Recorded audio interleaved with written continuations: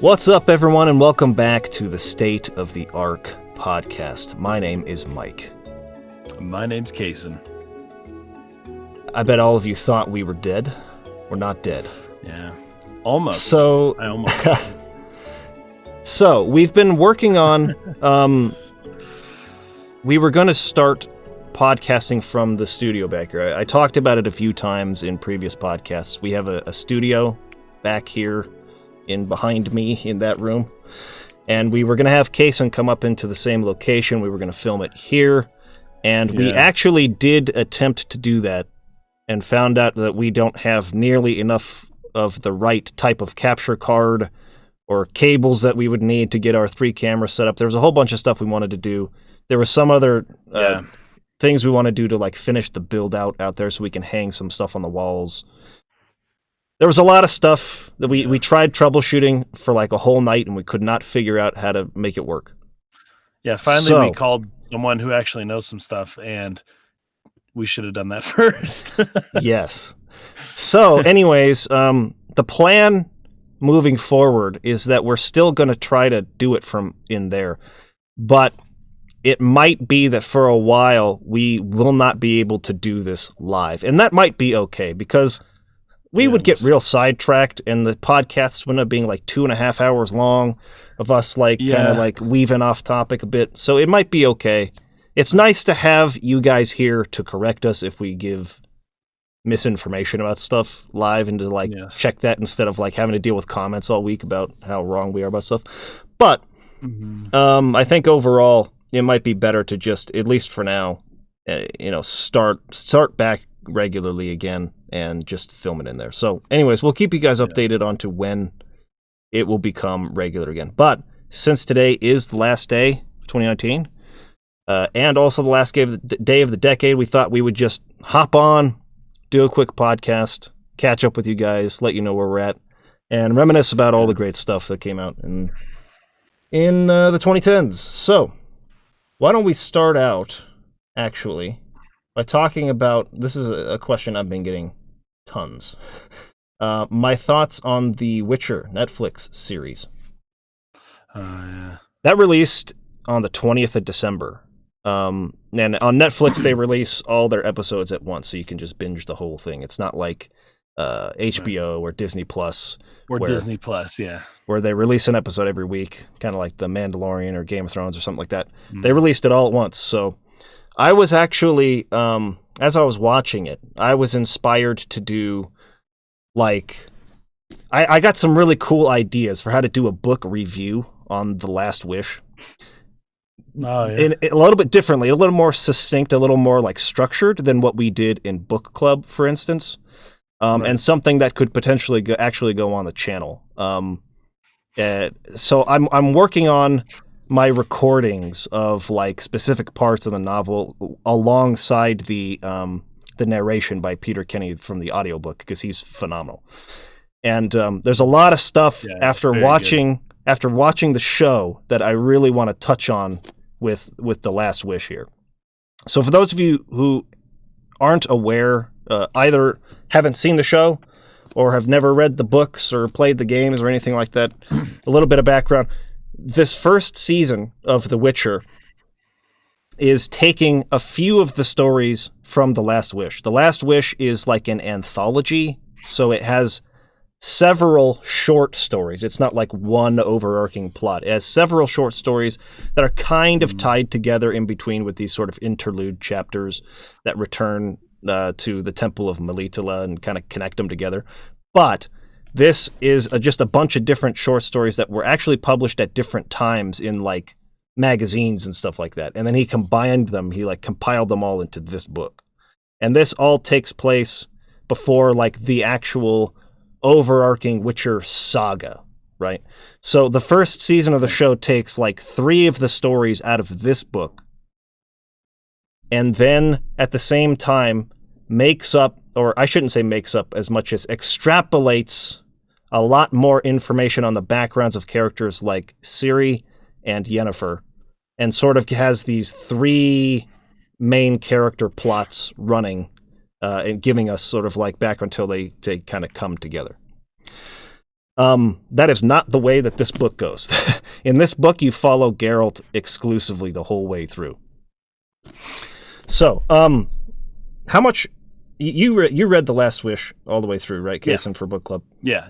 You liked it a lot, right? You were a fan of the book. I loved it. I thought it was very good. Yeah, I actually recommended it recently. Somebody was talking to me about this TV show that was airing, and I was like, "Oh, I haven't seen the show, but I've read the book that most of the show's based on, and it's a really good book." And so we were able to talk about some stuff, but yeah, I haven't seen the show yet. I haven't seen it. So I want to say, first of all, that there's a couple things that really impressed me about it. One, there are places where, as a filmmaker, I can tell they had a pretty low budget for certain things, or at least their budget was stretched a bit. And that being said, it was still really impressive how just overall the production value is really quite strong. Like, it looks really good. The cinematography is pretty excellent. There have been some people who have complained about, say, like the quality of the costumes, like armor and stuff like that. But as far as I could tell, it all looked fine. I thought it looked pretty good. I think overall, given what I suspect the budget was on a Netflix original series for a first season, it's really well done on sort of like a technical level.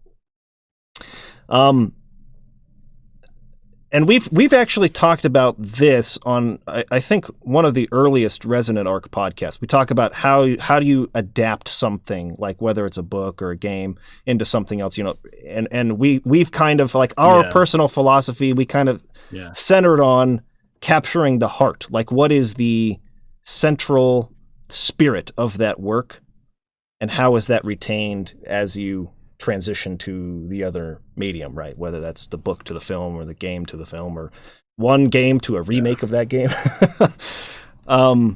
So I actually wanted to ask you this first. Yeah.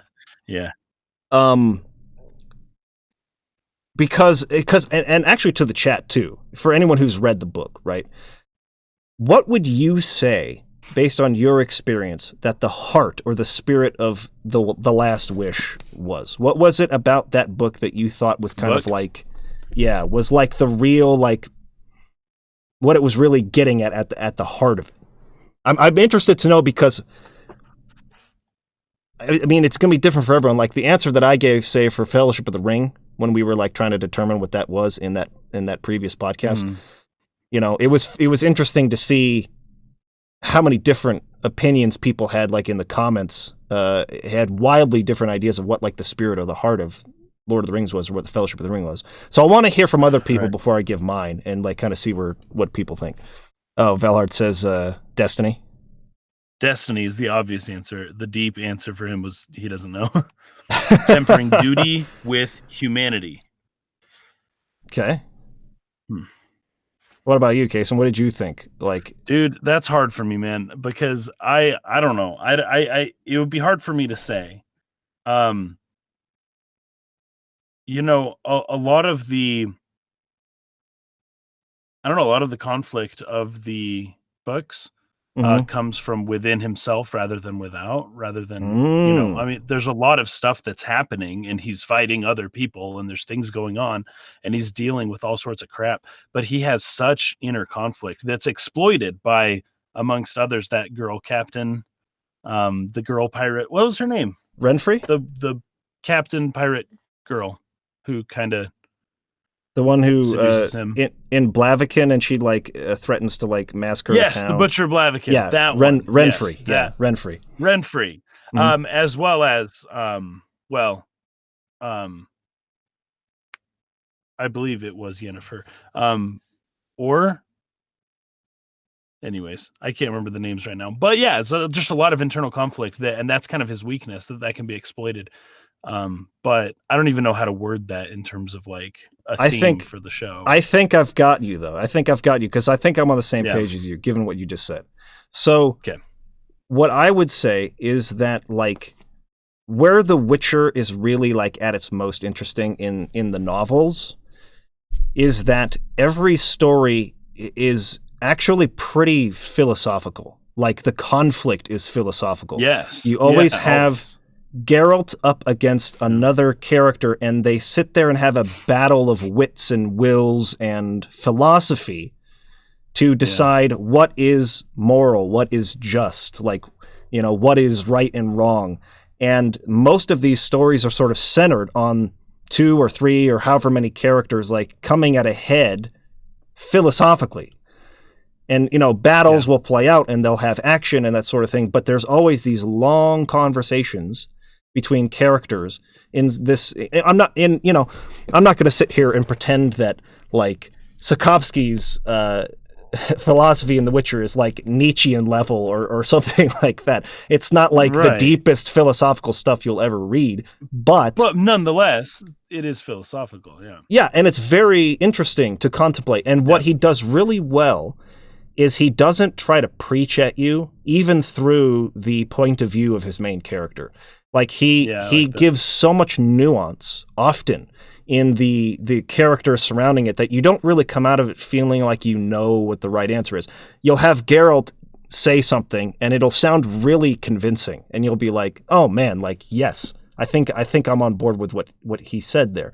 And then whether it's Stregobor or Renfrey or somebody else will come in and they'll give a counterpoint to that, and like that, you know, I didn't really consider that. And they just go back and forth. You know, you'll have Dandelion will do that from time to time. Yennefer, like all these characters, it's sort of their conversations, their back and forth philosophizing that really like gives these short stories the meat. It's like each and every one of them has a very sort of like clear theme or moral that it's exploring, but it doesn't like try to tell you the answer to it.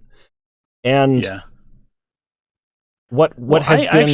Go ahead. Okay, you keep going. No, go ahead. You first. Well, I had a thought relative to that, because it, like, in my opinion, it does seem like his waxing philosophical is somewhat of a weakness. Like, it's a strength because he is, you know, he seems to be pretty intelligent. He can think things through, and he's a step ahead of most people. But in the case of the woman who did the curse while he was blabbering on about himself, I can't remember what it was. She had done something over his head while he was talking, and he didn't realize it. But she had essentially cursed him without him realizing it, right? But he's so interested in philosophy that people who can hang with him there are able to kind of take advantage of him a little bit in multiple cases. I think I've given 2 examples now where people are just like, they're able to kind of get in his head a little bit with these philosophical contradictions and get him really thinking. And while doing so, he's distracted. But despite that being maybe a little bit of a problem for him, that is what makes the book so good. Yeah. And Riker's Beard says here, Socratic questioning. It's the same structure that makes Star Trek so appealing. I think that's true. It's the same reason that I enjoy watching Star Trek. Sure, like Star Trek isn't like a heavy action show. It's more about they pick a topic of philosophy for that show or for that episode. And they sort of just like dive into that and explore the moral implications in this or that situation. And like the best Star Trek is very philosophical like that. And that's exactly how I felt about The Witcher, and in particular, The Last Wish. Like, The Last Wish isn't just a book I really enjoyed. I mean, I've read all of the Witcher novels, and this is my favorite one out of all of them, pretty much for this reason. Yeah. But it's also just one of my favorite novels of all time. I just really, really love this book. There is so much charm, so much wit, and so much nuance in it, in all the ways that we just described. So, that being said, that is what I would say the heart and soul and spirit of The Witcher is. That is where you find it. Like, that's what makes it really interesting. And, you know, it's got great lore and a great world surrounding it and great characters. And, you know, an interesting plot. It's not the strongest element, I would say, especially like the saga's plot. But it's this exploration of like morality, especially with the Witchers who have a really strong stance on like neutrality, for instance. They really are dead set on not being involved in and not choosing the lesser evil, right? Like refusing to choose between one evil or another. and they just work to kill monsters for money, and that's all that they're about. And so there are so many times in the books where Geralt is really questioned by Triss and by other characters about that stance and about and the greatest example, which is the first episode of the show, is the Butcher of Blaviken scenario. So it's called the lesser evil. That story is called The Lesser Evil in the novel, right? So that's the first one that it explores, right? And okay, so for anybody who hasn't seen the show or hasn't read The Last Wish and wants to do that at some point, we will be diving into some heavy spoilers for it now. So while we're live, I can't tell you when to come back. We're going to be talking about this for maybe in like the next 10, 15 minutes or something like that. But we will eventually get into our favorite games of the decade, and that's how we're going to finish it off a little bit later. But for now, we're going to talk about this. So just a little bit of a spoiler warning on that. Of course, when this goes on YouTube, there will be time codes to click on in the description. Okay, so just a refresher on... well, let's just do this first. The one issue that I think structurally that I have with the show, and I actually don't know if this was the wrong choice on the parts of the showrunners, but I'll try to explain. They want to introduce the three principal characters of this series right away. And from like a certain perspective, when you first think about it, that seems like the right thing to do, because Ciri is almost the central character of the Witcher novels, even though it's called The Witcher and Geralt is a central character of these early ones. Ciri is like the crux on which the whole plot like revolves for the saga. And they're always trying to get to her, right? Like she's kind of the central point of it. So it makes sense to me at a baseline level that they would say, well, we need to introduce that character, the most important character of the series, right away. The problem with that is that the stories that they're pulling from The Last Wish are many, many years before she was born. So, and there's even one story in here, right, where they introduce the entire idea of the child surprise and everything like that, that is meant to be a setup for her. Geralt and Ciri's destinies are entwined by what happens in that chapter, but she's not born yet. So what happens is that they end up running these three storylines almost like it feels intuitively, if you're not like aware, if you're not in the know about the structure of the novels, they feel like parallel storylines, like they're happening at the same time in different places, but they're not. We are jumping through time like crazy. Every time we go to Ciri, we're going like way into the future, and then we go back to Geralt, and we're like many, many years in the past. And then when we see Yennefer, it's potentially even further in the past than that. But they feel like parallel storylines. There's no indicator to say, here's the year and place, right? And, oh, we're not in the same time anymore. There are very, very subtle lines that indicate that if you're very observant. But if you're not, if you're just kind of like the average viewer and you're just watching, I could see it being very confusing for people to be like, whoa, wait a second. Like, when is this happening? And when is that happening? Like, so I think that's kind of a common criticism I've seen of the show. In that you kind of have to have some level of knowledge about like the books themselves to like really orient yourself, especially early on. Down the line, you might eventually figure it out, but it could be very confusing for people at first. But at the same time, we have 8 episodes. Each are an hour long. So they didn't do a 10-episode season like a lot of new shows do. It was 8 episodes, an hour long each. And we're splitting the screen time between 3 characters. So we have like 33% of that 8-hour time dedicated to Geralt and the stories that actually come from this book. And in order to set up properly and I think do these stories justice, they needed more time dedicated to that. And instead what we get is a lot of time, like I said, extrapolating like Yennefer's history growing up in sort of like the school for witches at Aretuza. which is never like described in detail in the novels at all. It was just like something that happened in the past. You knew where she came from, and she talks about being at Aretusa from time to time. Yeah, they did mention the types of people that tend to go to become witches, though. Yes. So they didn't really say anything about the place itself. Yeah. Right. And so they show this in detail, her whole journey from being selected to go into there. And I mean, all of this is, I'll put in quotes, made up.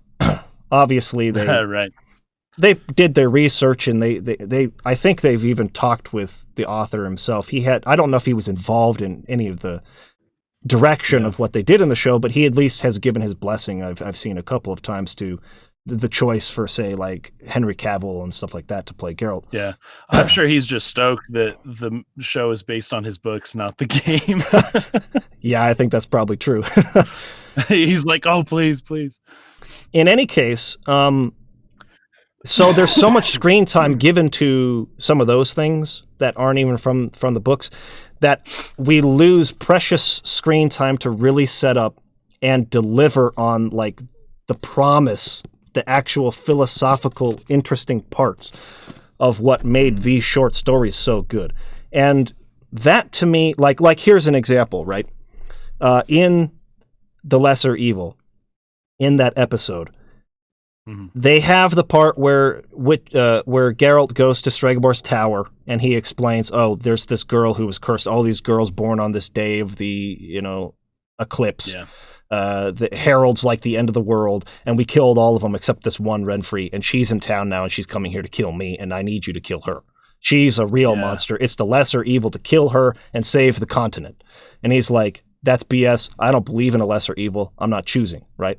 Then he goes into town, and Renfrey contacts him and talks about all the awful atrocities Stregobor committed, and that he needs to be punished, and it's just, and it's the lesser evil to kill him. But what was happening there is that they set this very interesting conversations up between Geralt and these two other characters, and they talk about the idea of the lesser evil, and they pay lip service to that in the show. They have some of the lines of dialogue talking about the lesser evil, but like they don't sit with it, and they don't have them go back and forth about whether or not it's right. Really right. There's some lines from Renfrey in the novel where she talks about the lesser evil, the greater evil, and then true evil, the type of evil that it forces you to make a decision no matter what. And he continues to deflect that and be like, I don't believe in that. If it's a choice between evil and evil, I'm not going to choose at all. But what ends up happening in the novel is she sets up a scenario where there's like a festival happening, like a market festival in this town. And she's got her mercenaries there set up to essentially start slaughtering all those people if Stregobor refuses to come out of the tower, which he does. He's like, I don't care. Kill whoever you want. I'm not coming out. And now Geralt's in a position where, am I going to walk away from a situation where they're just going to slaughter all these innocent people? Or am I going to make a choice as to who of these two people I'm going to stop or who I'm going to, Yeah. And so the entire little short story is all about that. And it's really, really well done. And the dialogue is so good. And in the show, when he actually goes into the market and the mercenary dudes are there, he's just like in this empty alleyway. There are no people there. There's no like forced choice on his part as to like, oh, I need to get involved to protect innocence. Nothing like that. And the choreography for when he takes them down, I will say, is freaking awesome. It's really, really well done. Nice. Like they do it kind of in a one take where they're looking down one alley and he's just like fighting through these guys, and then the camera kind of pans over and he goes and fights through the rest of them. He uses his Arge sign and blows some guys back a little bit, and just the choreography of it is freaking amazing. It's really, really well done. But I'm sitting here going like, why does he feel the need to do this? I don't understand. Like, they're not threatening anybody. Why has he all of a sudden decided, ooh, I need to choose now? Like the impetus to make him, but see, the problem is that they didn't have time to properly set that up because they have this entire situation with Ciri that's going on in the episode simultaneously. And so I'm conflicted because like some of the best drama in the show is, I feel, from Yennefer's backstory, which again, doesn't really come from the novels. They're extrapolating a lot of that. Right, yeah. But all of the great stuff from the actual book, like, do you remember the story where Geralt is commissioned to go after what they call a devil? And he's like, there's no such thing as a devil. Yeah. And it ends up being a Sylvan named Torqua, and then they get captured by those elves, and Filavandrel, who is the king of the elves, like explains how humans like ran them out, and they have this huge back and forth. A great conversation between Geralt, who understands what it's like to be ostracized from society because he's a mutant, and they treat him just as badly as they treat the elves, right? But there's kind of this like back and forth about like what is ideal or just in the minds of the elves in terms of they did this to us, we deserve to take it back, versus what is like realistic, what is actually effective, what will actually secure the long-term survival of the elves, that and the way that they're kind of going back and forth. It touches on racism, it touches on being too idealistic about letting revenge get to you versus like, do you really care about like your people, about adaptability, the weak and the strong, nature, in nature, like the weak die out and the strong survive, and those who adapt better. It just goes over all kinds of really interesting stuff there. And I tell you, in the show, it was like awful. That whole scenario played out it was such a shallow conversation. And what ends up happening is Geralt, because you remember in the book, there was like a spirit of the land where the elves had originated from that sort of shows up in the end and stops them and sort of commands Filavandrel to stand down and not kill them, and sort of like helps save Geralt and Dandelion there. In the show, Geralt just talks back and forth, and he's just like, okay, you're right, I'll let you go. Even though they were running like a secret little thing here, they were using Torqua to sort of spy and like to steal grains and herbs, because they had never learned how to like grow. They had never learned agriculture, like how to grow stuff, because in their time, the earth had just provided for them. And like there had been a whole change to the earth, and they just had not been able to adapt to that. And so they were sort of reduced to this thieving little like group, right? Anyways, in the show, they have this very blanket, surface level conversation about just, again, paying lip service to a couple of these things. And then Filavandrel just like, okay, you can go. You can leave. He just lets him go. And so like, I was disappointed because here's what it kind of felt like to me. It felt like they didn't believe this book was interesting enough on its own, had legs strong enough on its own to adapt. It felt like they wanted pieces of this, but really they wanted to set up the saga story more. And that they felt like that's what people are really going to want to see. And so to me, it was like, well, then just don't do this. Just don't do this story. Right. Just start with the saga. Yeah. Start with the saga. Flashback when you need to. They could even just start with just the one story from The Last Wish, where it's all about the child surprise, right? Where they set up like Geralt and Ciri's like relationship to each other, their destiny being entwined with the child surprise. They could start there and then just go forward with Ciri as kind of the main character. But they sort of just picked a couple of stories from this book and one from the one that came after this. And they didn't do them justice. And that to me was really kind of disappointing, because it missed kind of the point. It missed the purpose of those stories, the theme, the message that they entailed. But the production value is quite high, considering that there were parts where I thought maybe they had kind of, their budget was being stretched a bit.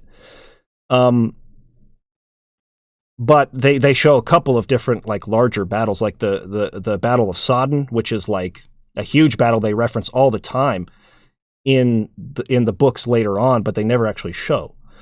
But what's so interesting to me is that they use that battle in the book. Like Triss is at Kaer Morhen with the Witchers, and she's talking about how she fought because she believed stopping Nilfgaard was what's best for the continent, and like it was important to get involved. And the Witchers keep talking about their neutrality. So again, the Battle of Sodden was used as a device in the novels for Triss to question the neutrality, the morality of the Witchers. It's all philosophical. But in the show, they want to show that big battle and give you like the excitement, they like the entertainment value. And so that to me is Yeah. kind of like the difference between what the show focuses on and what the novels focus on. And I'm not going to say that that's necessarily the wrong choice, because I think a lot of people have enjoyed the show so far. People have really gotten into it. But, and any time that people will have like a foothold or a door to enter into this world, and that they might get interested to read the novels as like a gateway, I think that that's awesome. People will be able to get into this and kind of like see the differences and see what this is all about. I think that it serves as a really good gateway to that. But overall, I was kind of disappointed. The show felt like it was a little shallow in that respect to me. So anyways, I had a lot of people asking me what I thought about The Witcher, and that's how I felt. A little shallow. There it is. Books always handle philosophical stuff way better than shows or movies anyways. I think that's just you just have more time to explain yourself in a book. Yeah. We got Jonah the Man, who says, are you guys familiar with the trolley problem? That's yeah. Where you got to divert the train to kill one guy, or just leave it alone and it'll kill like 5 or whatever. Yeah. Yeah, something like that, yeah. Mm-hmm. But the one guy's your relative of some sort. Oh, right. There you go. So that makes it personal, but I don't know if you've seen what's his name? Vsauce.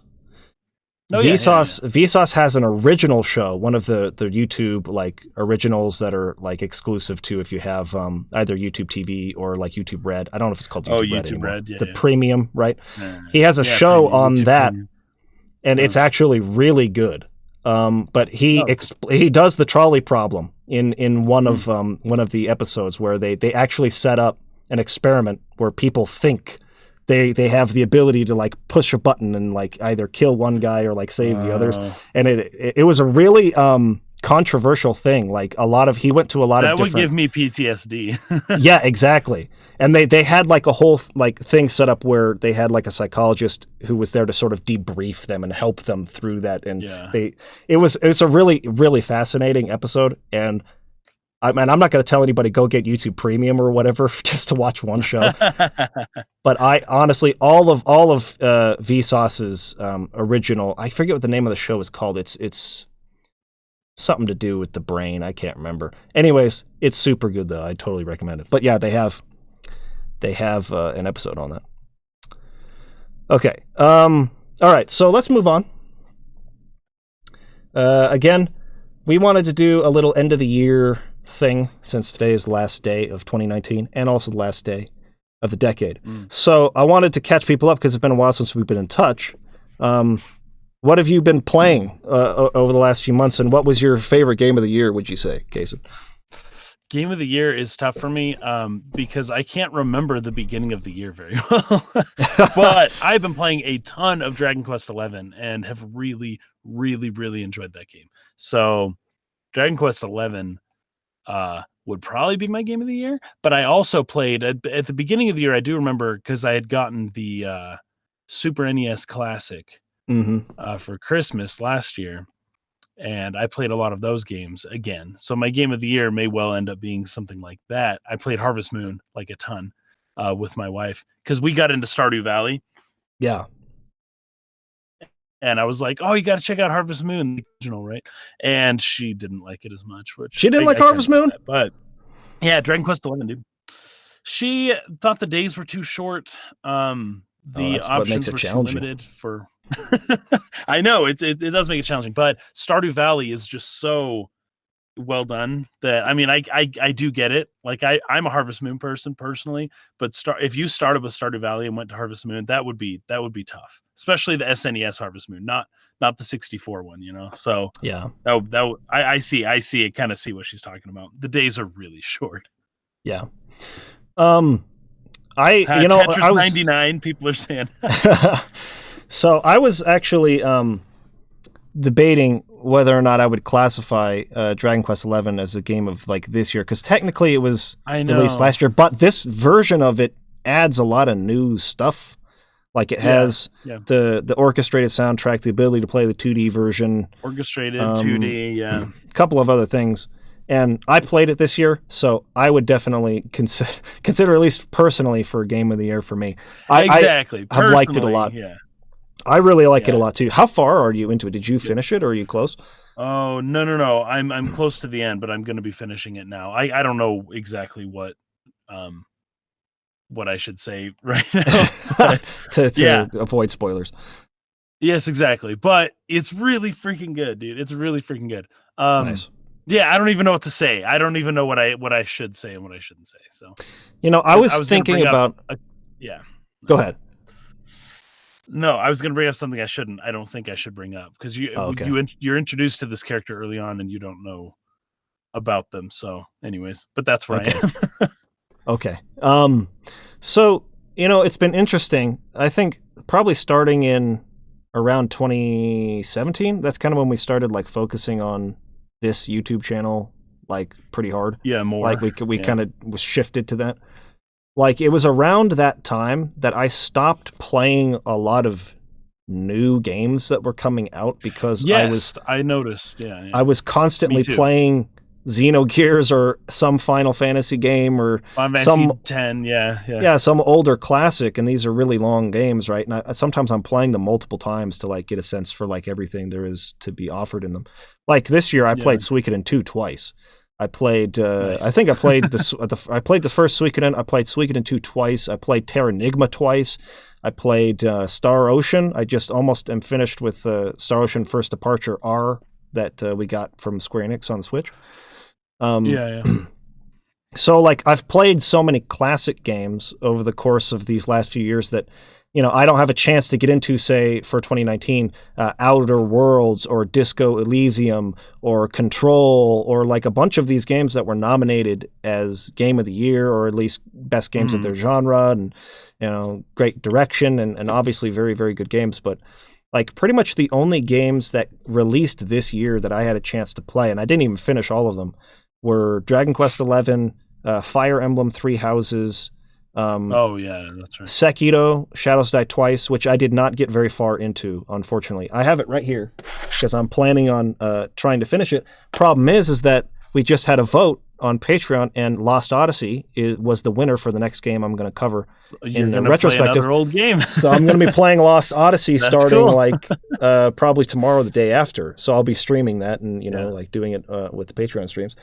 But so I'll be playing Lost Odyssey kind of full time, So I don't know when I'll get to finishing Sekiro. But I did finish Death Stranding. I did finish Fire Emblem Three Houses, or at least one of the paths. And I played a lot of Dragon Quest XI. I played a little bit of Sekiro. And that was about it in terms of like the games of 2019 that I played. So I don't have a lot to choose from. So it might come as a surprise to people that I would pick as my number one was Fire Emblem Three Houses, and as my runner-up would be Death Stranding. And a lot of people I did play the very first Lego Dog just brought up Astral Chain. I played the first chapter of Astral Chain. Nice. I didn't love it, but I haven't played it enough yet to really be able to say that I like it or not. Like it was literally just the very first like little scenario tutorial sort of thing. And I figured since it was a platinum game, I guess I have a certain expectation for movement and control. And there was something about it that felt, I don't want to say laggy or slow. That's not the right word. I don't know what the word is I'm looking for. But something about it just didn't quite click with my brain. I didn't feel like, I have really tight control of this character. And they give you your little demon guy who you're chained to, and I was trying to like figure out how to run him around while running my guy around. I'm sure it'll take some practice. And so I left off in a scenario where they were saying go down to the training room. So they were obviously going to show you the ropes a little bit, like teach you some more controls. So I needed to do that before I could really say for sure how I felt about that game per se. But anyways, Fire Emblem Three Houses and Death Stranding. I'm remembering other games that I played now that I'm thinking about it though, because there was, so what was that indie game that I played? You had asked me about it. I can't remember what it was called. That was released this year? Well, maybe it wasn't released this year actually, so never mind. Okay, but I also played Smash Brothers Brawl. No, Smash Brothers Ultimate, the new one. Yeah. That was a really fun game. I basically unlocked all the characters. I didn't beat the whole World of Light, though. I'm like a little Mm. over halfway through it, and I just haven't played the game in months now. Yeah. But the new Nancy Drew came out.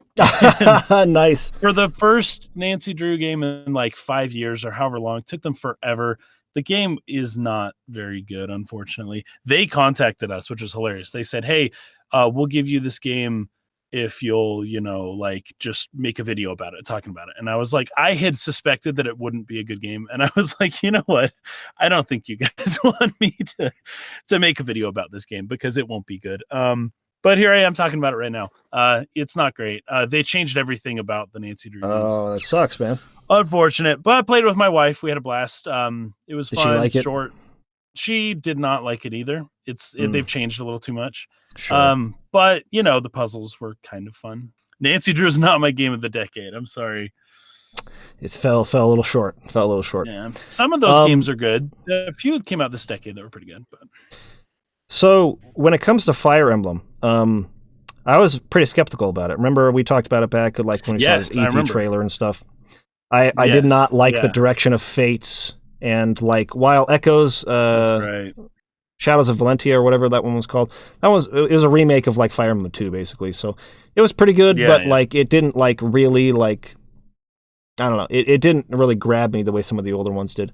But so I was skeptical going into Fire Emblem Three Houses. And when I first started playing it, it took a while for it to click as well. Like it was taking so long to do all of the stuff at the academy and you're running around and talking to everybody and doing all this customization. It's just like, man, when am I going to get into another battle? Like, holy crap, this takes forever.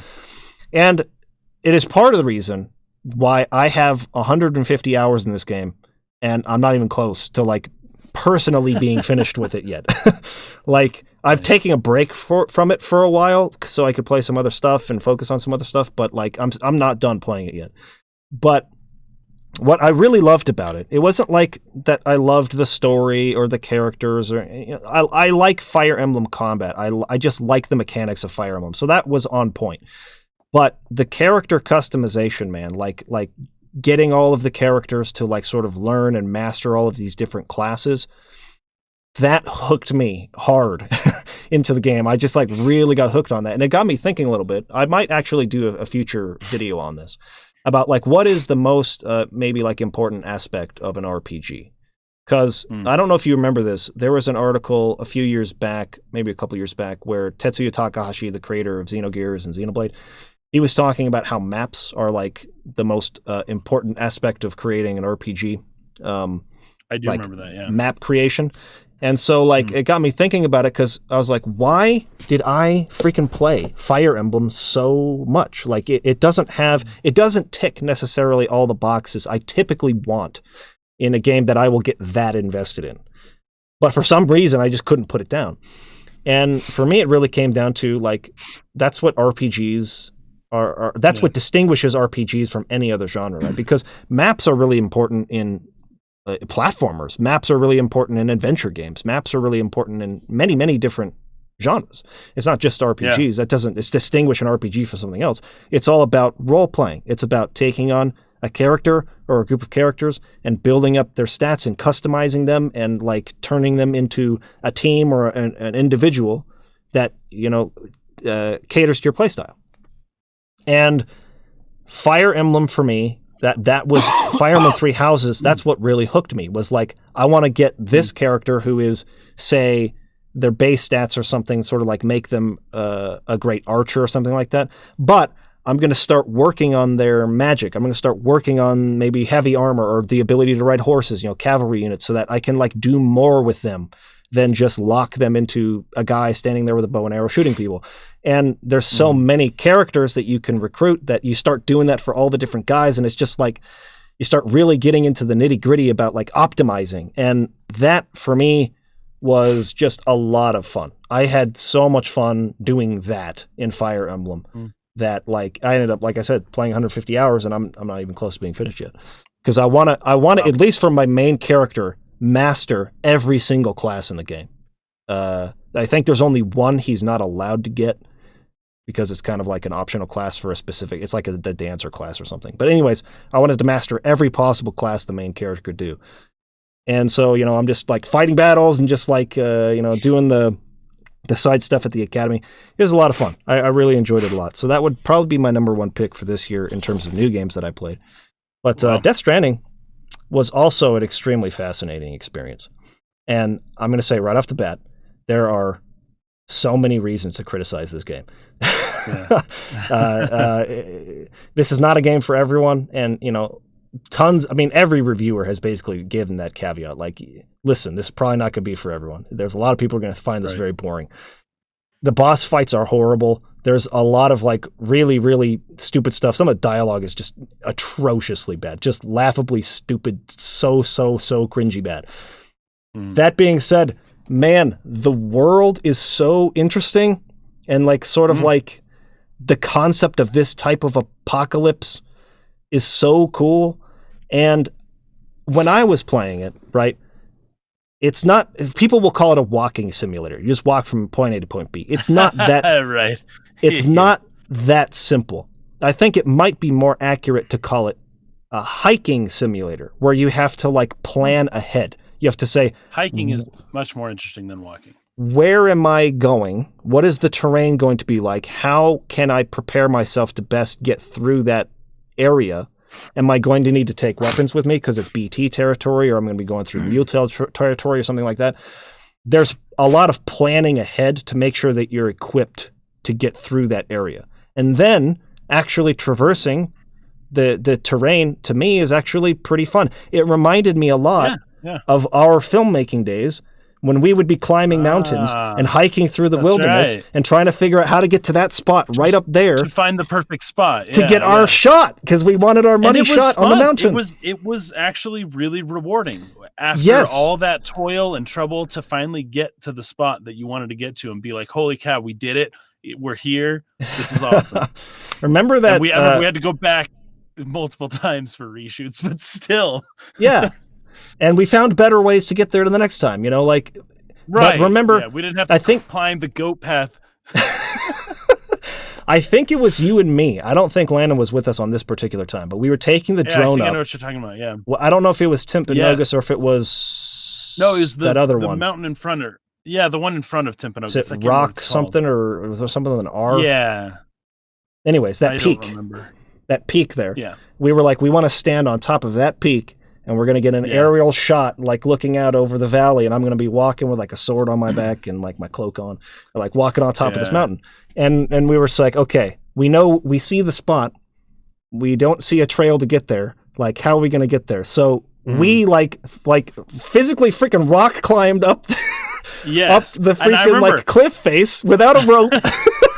Exactly, without a rope. There were certain parts where it was like, okay, it was kind of scary. I don't know how it was really scary, and I was like, I don't know how we're gonna get there, but going down at this point would be more dangerous from where I'm at getting than to just the top. keeping going up to the top, and then we'll figure out how to get back down later, Yeah. And like, I was reminded of all of our sort of like film adventures and just like out in the wilderness. I really enjoy that. I like hiking. I like climbing. I like getting outdoors from time to time. And wait, one more thing real quick. Sure. I don't think you were there. I was with Landon flying the drone near Bridal Veil Falls, and I crashed it to the side of the waterfall, and I had to freaking climb up all the way up to get it. And I'm afraid of heights. Like, that was not something that I would have done otherwise, but I was like, we just gotten this drone, it was brand new, and I was like, it's my fault, I have to get it. Oh my gosh, that was scary, but I did it. So wasn't it when we were filming some shots for the Skyrim video? We went up to Bridal Veil Falls when it was frozen. And so we were trying to climb on like freaking permafrost, like icy freaking, that was like really slippery once you got near the waterfalls. Like, it was really slippery. It was so many times we were out there climbing like freaking mountains that were frozen in the middle of the winter with like huge packs of equipment on our backs with no ropes. It's like a freaking miracle we survived. But I look back on that really fondly. We out on the frozen lakes when we went out to film like the Chrono Trigger video. And who knows if the ice was really thick enough for us to be walking out there. Yeah. We went anyways. It was a cool shot. It was an awesome shot, right? So anyways, when I was playing Death Stranding, a lot of the time, that's what I would do. I would get to like a point and I would look up, and it's like, because you kind of like chart a path. You open the map and it's like, okay, I need to get here. And you sort of draw a path on the map of like the path that you roughly want to take.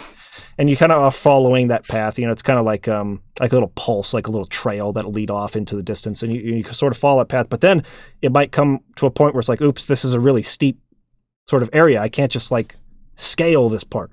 So how am I going to get from here over to there, or from here? Like, what's the best way? And you're scanning the environment and you're looking around.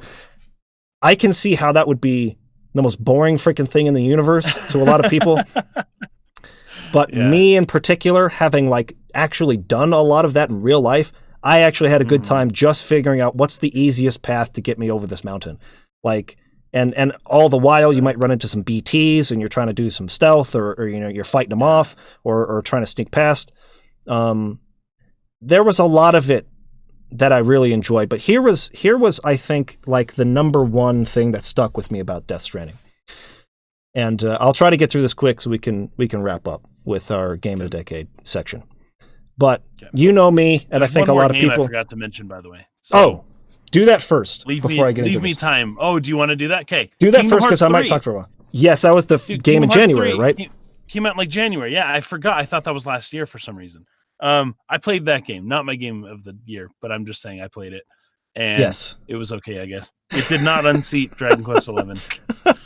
Sorry. Yeah, that did come out earlier in the year. It kind of came and went. I know that they have a big expansion coming out now. Yes, that just, and it's $30. We'll see.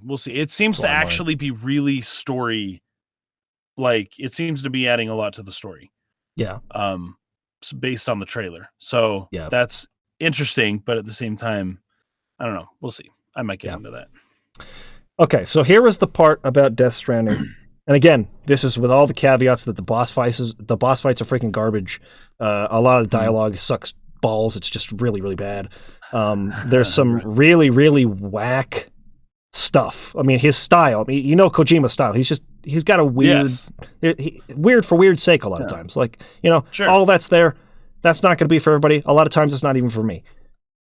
This is why it's not my Game of the Year pick. It's got too many things about it that are just like, oh, what the frick? Like, I don't agree with that choice, or this part of the game is just really annoying, or whatever.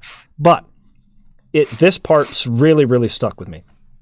So you know me. I'm sure a lot of people in the comments know me. I am a major social recluse. Like, I do not like socializing with people. My sort of like dream scenario for a long time has been to like make enough money to buy some land and just like hard exit society. Just get the freak away from people as far away as possible.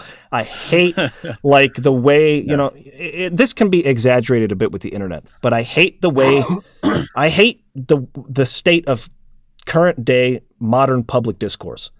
The lack of good faith that people engage each other with, the just rampant tribalism, no one ever like giving anyone opposing their viewpoint a chance to like make a point without trying to like nitpick or like dive into their past or find some way to dismiss anything they could possibly say. I am so against like the way modern society talks to each other that I have just had this feeling for a long time, like I just want to get away from all of it. I hate society. I hate people. I need a piece out of here. So, with that being said, that's kind of how I've thought about, when it comes to politics or living in a city or just being around people. And Death Stranding really made me question some of my own thoughts on this. And what happened is obviously it's a post-apocalyptic society. All the different cities they don't have like any way of communicating directly with each other. So your job in the game is to take essentially like this item that connects people to like a network, like a futuristic like idea of like an internet essentially, so that the cities will be able to not only like communicate and talk to each other, but they can send schematics, and they have like 3D printers basically where they can like print supplies and different like tools and things that they would need. And they can share, information with each other, technology with each other, essentially a way of rebuilding the nation again so that it's connected. So that's kind of like the whole plot, is you manually walking from city to city through the United States and trying to connect everybody again, so that people can start working together, right? So that's the idea of the story. And the way that they sort of tell that story through the gameplay was really quite profound for me. Because the way that it works in terms of its online capabilities, it's got kind of a pro-social aspect to it. So if you lay down a ladder or something in your game, I can come across it in my game. And it will say your name above the structure that you laid down or that you built, where there's a bridge or a ladder, or maybe you left some rope behind so it would be easier for me to climb the side of the mountain, or maybe you left a vehicle that I can come get, or some sort of way station where I can charge my vehicles if they're running low on batteries. All kinds of different helpful structures that you can build that other people will come across in their game and that they can use. And so you can give social thumbs up, likes to nice. the structures people leave behind. And the more that you get, essentially you'll level up faster and get higher social standing. Anyways, and it'll be seen by more people. The more likes it get, the more it'll appear, I think, in other people's worlds. Oh, they have an algorithm? Yeah, nice. Something like that. So anyways, one of the structures you can build are roads, paved highways, essentially. Wow. And there's this one map where you are meant to go deliver some stuff to these different places, but you have to go through the organization is called Mule, M-U-L-E. They're these guys who, if they see you, and they have all kinds of technology that'll scan the area and find you, and they'll just freaking run in, and they try to steal your stuff. They beat you up and they take all of your cargo. And so getting through those areas was really annoying. But you had to, you were forced to do that in order to make your deliveries. But I would come across structures that were built by players for these roads. And it's if I could just get on the road and just really get through there quickly on a motorcycle, they wouldn't be able to attack me. But in order to build it, you have to donate materials, whether it's metals or resins or all kinds of different materials, in order to help the community sort of build that structure. So I had just made a delivery and I came across some metals that I had sort of discovered out in the wilderness that had been dropped by other players. So I picked them up and I took them back to the last place I had been, and I kept them there for my own future use. I'm going to need these to construct tools for myself, and I'm going to donate them to this place so that I'll be able to use them in the future. And then I came across one of the structures being built by players, and I was like, dang it, why didn't I? And I ran all the way back, way out of my way. I collected those metals and those resins, and I brought them back and I donated to the community thing. And I said to myself, wait a second, this is so not typical of me. I am not only working with people online, I am excited about it. I really want to help do this. And there was a character who he's kind of a prepper type, right? So he's kind of holed up in his little shelter. He's in his shelter, right? And it's the first time he's spoken with another person in quite a long time. And so he just goes on and on about, what you're doing, trying to connect America. It's just going to bring us back to where we were. He's got this very extreme sort of view on whether or not connecting America is a good idea again. And talking about how what you're doing is not the right thing. But at the end of it, he kind of goes sorry, I kind of rambled on there for a minute. It's just been so long. It's really nice to be able to talk to somebody again. And so the conflicting nature of what he's saying there, he's talking about how building society, connecting with others is a bad idea. But his need to talk with another person, his need to connect with people, right, is still sort of trumping that, and his need to talk with you and so anyways, it got me really thinking about it. And it was with all the bad things that come from being a part of society, all the tribalism, all the things that I just talked about earlier that I hate about modern society. If I were really out in the wilderness by myself, think of all the things I wouldn't be able to enjoy or wouldn't be able to have because I don't have the skills. Right. That's part of the social contract of being in a society. You are going to contribute your skills. Contribute something. Yeah. everybody's going to contribute their skills. And because of that, everyone has access to grocery stores because there are people out there who can build the facility. There are people out there who can grow the food. There are people out there who can deliver it and like set up the structure to be able to like send the food out to the places. There are people out there who can sell it. There are people, everybody coming together. And this is obvious, right? This is not like a deep thought. This is super obvious to me, but it didn't really like land in like, that's what you put up with all the crap so that working together, we can all have a better quality of life. That's like the whole freaking point of it. And that's the reason why the human race has come as far as it has. And so it's just like, man, that's a moronic thought that I've had for all these years to try and just like piece out of society and like get away from people because there'd be so much that I'd be missing out on. And on top of that, human connection is like a deep need that we have. So instead of, I guess like my outlook on it being so negative about the way people treat each other, it's like, look at all the things you would be missing if you really tried to like just, eject. So for that reason, almost that reason alone, Death Stranding to me was a really valuable experience, even with all the frustrating parts that came with it and all the weird stuff. Like that part for me, and that was, I felt kind of the central theme of the game. I felt like it really worked. And they told that story not just with cutscenes, which is typical of Kojima's style to just do like 5-hour long cutscenes, but through the gameplay too. The gameplay really like solidified that theme for me. And so I really, really enjoyed it for that reason. Okay, so that was Death Stranding would be my runner-up for Game of the Year. But again, I didn't play Outer Worlds. I didn't play Disco Elysium. I didn't play Control. I didn't play a bunch of other stuff. So I don't know if it's really worthy being Game of the Year. I didn't even watch the Game Awards. Did you guys watch the Game Awards? I did not. I'm kind of... It was a little shady that Hideo Kojima is on the board of like people for the Game Awards, and Death Stranding got nominated for like 11 awards. It didn't win Game of the Year.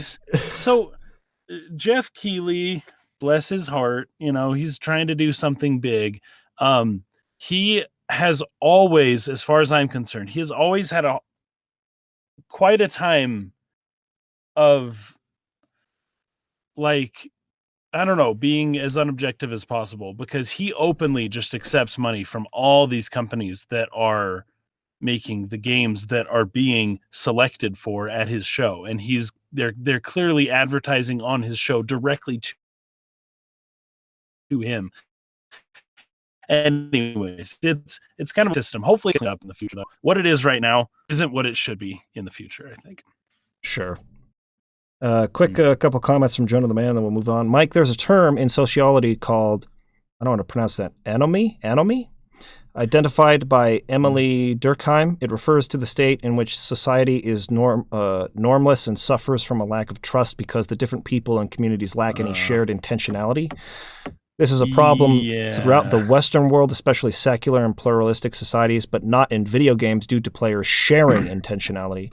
Shared intentionality, and more specifically shared restrictions on behavior such as self-flagellation in religious communities, is important because it makes people trust each other more and also makes them forgiving of each other. That is actually, I don't know if this is totally related, but one thought that I had about Death Stranding's, I guess, implementation of that sort of pro-social experience is that there isn't any way to have a negative experience with another player, right?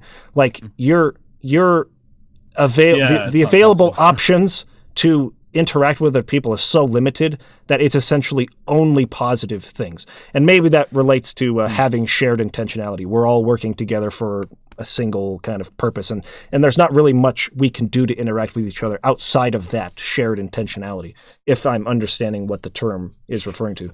And so there's definitely something to be said for that in terms of like, yeah, if we were all forced to interact with each other by liking each other's structures or not using them, like we can't really have some of the more like nuanced interactions that a real society has to actually go through. So like I enjoyed the idea of what Death Stranding was trying to do, but certainly like it's limited in terms of how it explores that. And so like that was definitely a thought I had while playing it. So, okay, let's quickly look back on the decade. So we talked about our favorite games of this year. Yeah, if I had a hard time remembering what I played this year, we'll see how well I remember what games I played in the last 10 years. So before I kind of just jump into this, it's been interesting to sort of reminisce on just the decade as a whole. Like, I think about it, we started doing YouTube, I think, in late 2011 or something like that. 11, yeah. November of 11 was our first. So we spent a great majority of this decade being very active on YouTube and video creation. And so, like, you know, I look back on, like, the 3 major decades in which, like, the full decades in which I've lived, right? Like, my childhood was the 90s. We got an emote. Thanks to Genshiken Fan 8's subscription. Thank you. Oh, nice. Let's send that to him to say thanks. Thank you for that. Appreciate it. Okay. So anyways, you know, high school years, essentially teenage years in the 2000s. And then this decade has been coming into being a working adult. And just like, a lot of time that we spent together climbing those mountains and shooting those videos and, you know, like figuring out but video production as a profession. And so there's a lot that's happened. I think I released my first Final Fantasy review in like September of 2010. So we're coming up on 10 years since I released my first video on YouTube. So YouTube has sort of defined in many ways this last decade for me. Yes, very much so. In the early part of the decade, I used to play a lot of new games when they would come out. I sort of explained earlier how in the last few years I've mostly been focusing on classic games. I don't play a lot of the new stuff. But in 2010, Mass Effect 2 was my game of the year that year. Mass Effect 2 freaking blew my mind. I loved the first game. I think you've played the first game, right? Yeah, I played the first. I'd never played anyone other than the first, though. Yeah, the first game's awesome. It's a great introduction into sort of this universe. Lots of cool lore. Just so really, cool. Really like great setup. But what I thought Mass Effect 2 did really good is like interpersonal connections between like your crew. Like you build really great relationships with the crew members on your ship for that mission. And that part of it really just stuck out to me in a way that it was done better, I feel, than any other game I had played before in terms of like really like getting to know and care about the characters. So I loved Mass Effect 2. I think the runner-up for that year for me would be Red Dead Redemption. Game was just freaking phenomenal. So much fun. Yeah. Well, did Skyrim come out? 2011, the next year. So in 2011, my game of the year for that year was Dark Souls, and my runner-up would be Skyrim. Nice. I really liked Skyward Sword. Changed everything. I really liked Skyrim. That's right. That was then. I really liked Skyward Sword. A lot of people did not. Yeah, and it like there are certain things about it I would say that I liked it better than Skyrim. Skyrim was really, really huge in that year and in the couple of years that followed, but it's been kind of more panned in like recent years for the bugs and like the problems in terms of technical and the way that Bethesda designs their games and stuff like that. But Skyrim Bethesda for has me fallen from grace since then. Yeah. Skyrim for me was all about exploration. I loved coming on the horizon, seeing all those new waypoints, and just finding out what was out there. It was a game that just felt like it was full of mystery to be discovered. It was just such a cultural phenomenon too. But Dark Souls for me is easily like technically like the best game of the year. Just revolutionized action adventure combat in terms of what I expect. So Dark Souls was my game of 2011. 2012, Journey was number 1 for me, and the runner-up would be... there you go. Yeah, Journey was amazing. And then the runner-up would be Xenoblade Chronicles. Now, that technically came out in Japan in 2010, but it came out in North America in 2012, so I count it in 2012. Nice. 2013, I would say Fire Emblem Awakening was my number 1, followed up by The Last of Us. That was 13? Holy cow. I know, isn't that crazy? It's been so freaking long. Ago. Oh my gosh, I thought that was like 15 or oh man. Yeah, dude, absolutely amazing. Okay, and then 2014. Now 2014 was a down year. there actually weren't that many great games that came out in 2014 for me. So I picked Smash Brothers for the Wii U, which I did think was a really good game. Oh, that's right. That was very good. After Brawl, it felt really good because I wasn't a fan of Brawl. Melee was my favorite. And so Smash Wii U, while being, I mean, it's not as fast as Melee or necessarily have a lot of the technical things that you can do in Melee, but it just felt truer to the Smash experience that I was looking for. Had a lot of really cool like side things you could do. I really liked it. And then another game that surprised me tremendously that year was Shadows of Mordor, because I did not expect I was going to like that at all. Yeah. I didn't think I was going to like it. I was like, this is a bastardization of Tolkien's work. This is freaking terrible. I ended up really liking it. It was actually a really fun game. 2015, the obvious choice, The Witcher 3 Wild Hunt. And then essentially like began my obsession with the whole world and reading all the novels. Because I had played The Witcher 2 before, and I liked it. I thought it was a fun game. I played it a couple times because there's 2 paths in it. But The Witcher 3 just like sent my obsession for that world into the stratosphere. I had to freaking read everything about it. So loved it. Undertale would be my runner-up for that year. Undertale was phenomenally charming game. Amazing that was designed by like one person. Just freaking so good. 2016 is another down year for me. There wasn't a lot, but for sure the number 1 game was one of my favorites ever. It was Hyper Light Drifter. Hyper Light Drifter is phenomenal, but I don't even have a runner-up for that year because 2016 was just not that great. 2017, I'd pick Hellblade: Senua's Sacrifice as my favorite game of 2017. I did a video on it. It's unlisted now, but I felt that game did some really nice things with the storytelling and like that you can only do in video games, like telling the story through gameplay type of stuff. Like I think it has some really, really strong examples there. Runner-up would be Night in the Woods. I thought that was a really charming little indie game. Definitely recommend it. It's a lot of fun. Kind of more like a visual novel than an actual video game, but really good. 2018, I would say God of War, the newer God of War. Kind of changed my whole perspective on the character and like the series and what it was all about in the past. Yeah. It really like gave some depth to it. And a lot of people, they didn't like that. And in many ways, I would say it did kind of betray the spirit of what God of War used to be. But fortunately, I wasn't like super into that. And I was really into this. So personally, I liked it better. Runner-up would be Smash Brothers Ultimate. And then 2019, like I said, Fire Emblem Three Houses and Death Stranding. So, of all of those games, which would I pick as my favorite of the decade? Of the whole decade? It's really not that close. It's The Witcher 3 Wild Hunt.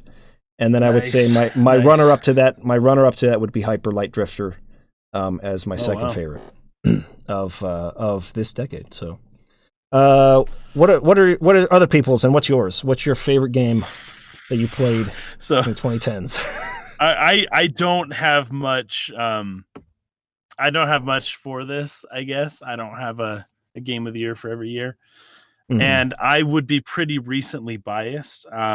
And you know, some people are going to not love this, but probably Breath of the Wild was my favorite game for the whole decade, for the entire decade, because there were a lot of games that I played that really, you know, were super immersive and really brought me, you know, took me back a little bit and brought me back to like, I haven't spent over 100 hours on a single game in a long time, not including like the Smash Brothers or maybe Call of Duty, which wouldn't even be close. But maybe over 150 hours. I haven't spent that much time on a single game in a very, very, very long time. But Breath of the Wild is one that I did spend a ton of time with that one. And also game of the decade in some ways for me could also be Final Fantasy VIII because I didn't play it until this decade. But anyways, that's actually a better game than a lot of people give it credit for. Realize, I think, yeah. But there you go. And Legend of Zelda: Breath of the Wild. And you know, in conjunction with that, you know, Golf Story might be my runner-up. Honestly, I still need to play Golf Story. Some of those indie games. Golf Story is amazing. It is an incredible game. I really need to get that. But in conjunction with the experience of Breath of the Wild, having that be your pick for the game of the decade was being able to go to E3, being invited to E3 by Nintendo, being a VIP, being able that to was a big part of it. Play that game in like a private VIP little booth. Together, the three of us, our first experience at E3 and seeing like the whole display that they had set up, that huge freaking like little forested area, like the really lead cool. up, the build up to that was like, and I was actually watching something recently that talks about the way that, I don't know if it's serotonin or dopamine, I can't remember which. I think it's dopamine. Anyways, the way that the brain works in terms of like chemically is that you'll actually get more of that when you're anticipating something than when you actually get it. So often things like the build up to Christmas is actually more enjoyable than Christmas Day, right? And that makes perfect sense. And it makes sense why we hype games so hard. Exactly. Like all this hype surrounding. The hype is so real because it's so fun. It's like almost more fun than the actual thing. To anticipate something, and usually it's better. The excitement leading up is actually way higher than when you get the thing. And so like that was like heightened to like a totally new level for me with Breath of the Wild, because we had that whole like VIP Nintendo experience surrounding like the build-up and release of that game. We were starting this new gaming channel. We were getting opportunities. Companies were calling us. They were sending us games to review. It was like, I never thought in my wildest dreams as a kid that I would be a professional guy on the internet, like reviewing stuff, like it was just a crazy time. And so like all those good memories associated with Breath of the Wild made it really kind of like a special experience, Also during that same time was when we were anticipating Final Fantasy 15, and definitely the anticipation outweighed the actual game with Final Fantasy 15. But with Breath of the Wild, I feel like it really delivered in a lot of ways that I wasn't expecting, and in most of the ways that I was expecting. So, all right, so there you got it. Let's see what some other people are saying here. Resident Evil, a lot. Resident Evil 2 remake, DMC 5, Metal Gear Rising: Revengeance. Persona 5 is one we didn't really mention. I'm not a big Persona fan, but that is definitely a really good game. Really fun game, really good. Take us back to the old, turn-based systems of the 90s and stuff. Mm-hmm. Horizon Zero Dawn, didn't mention that either. That was a very good game. That might be like the runner-up to the runner-up. Yes. For 2017 for me. So I got Hellblade and then Night in the Woods. Yeah. And then probably Horizon Zero Dawn after that. And then another one that we didn't really mention as much was Nier Automata or Automata. How do people say it? Automata, I think, is the correct way of saying that. Nier Automata. So a lot of people had that as their game of the decade. We had Chrissy here who was asking about some of the Ace Attorney games. Those games were not in this decade. Yeah. They came out in like the early 2000s, like back on the Game Boy Advance and the DS. So that was the beginning of last decade. These games are almost 20 years old now, so that's why. Project Octopath was somebody's 2019 game. Lego Dogs 2019. Good pick. Stardew Valley, I'm seeing for someone. Alien Isolation, phenomenal game. Yeah, that's right. Yeah, a lot of these I maybe just didn't really play, but there's so many I didn't. There's so many games I didn't play, but a lot of good picks. A lot of good picks from you guys. Yeah, this was a great decade, man. Rob is bringing up one more thing that I want to address. He said, "Did you see the trailer for Senua 2? It gave us nothing." Oh, yeah. I'm going to talk about this real quick, and this is one of those things I don't want to spend too much time on, because there really is, if you go to that trailer, people are freaking stoked out of their minds for Senua 2. I'm real conflicted, because I really loved that game. Minor spoiler here. Minor. I'm not going to really spoil anything. This is probably not a spoiler. I'm just trying to be careful. Minor spoiler for Hellblade: Senua Sacrifice. The way that the game ended, it resolved in a very satisfying way psychologically for the character. And there's a really strong message of acceptance. That's kind of really what the heart of that story is all about, is accepting reality, right? And like being able to let go of the burdens of holding on to things and accepting things as they are, and the healing power that can come from that. So the fact that they show Senua there's just this heavy sort of tribal beat going on, and there's almost like this ritualistic, aggressive nature to it, and she's real angry, and there's all this pain, and it's like, wait a second, I thought we resolved this. I thought we had come to a point of acceptance. It was a really beautiful ending. So I'm conflicted about having a sequel at all. I feel like it does not need a sequel. It's one of those games that should have been left alone. Usually how I feel when things get through season 2s. But it's kind of like Boy Meets World, where it's like, yeah, you learned that really important life lesson, but what about these other life lessons? And you're going to learn 1,000 of them throughout the next, however long. Yeah. It's a new life lesson every episode, and that's Senua now.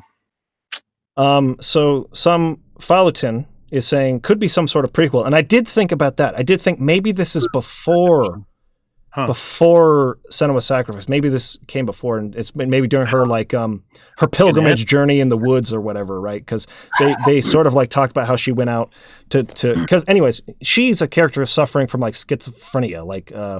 Right. Seeing people, hearing voices in her head, like all this sort of thing, like not dementia. I can't remember the name of it. Anyways, she's suffering from mental illness.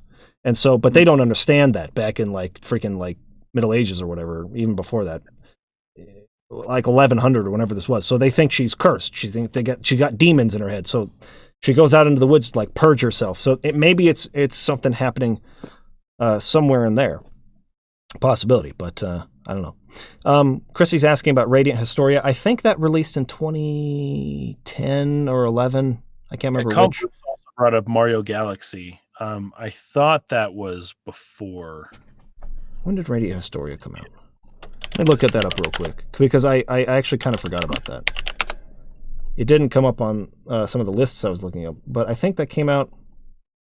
Yeah, that came out in 2011 in North America. So let me examine this again. I would put Radiant Historia above Skyrim. So it would be Dark Souls as my number 1, and then Radiant Historia would be my runner-up for 2011. So good call on that one. Because she's playing Radiant Historia right now. It's a phenomenal game. Everyone should play it. Okay. Well, guys, that's it. Welcome to the end of 2019, the end of the year, the end of the decade. It's been a great time. Being on YouTube, getting to know you guys better. Thank you, everyone who's followed us for all these years, watching our videos, supporting us. We got some cool stuff coming up here in the new year. We're going to get back onto a more regular schedule of the podcast. We'll keep you updated on how that's going to work. Still got some stuff to figure out on our end, but we wanted to let you know we're still here. We're still planning on doing it. We're not dead. The podcast isn't dead. Just hang in there a little bit longer, and we'll have more information for you. So, peace out, everybody. Have a great New Year's. We'll see you again.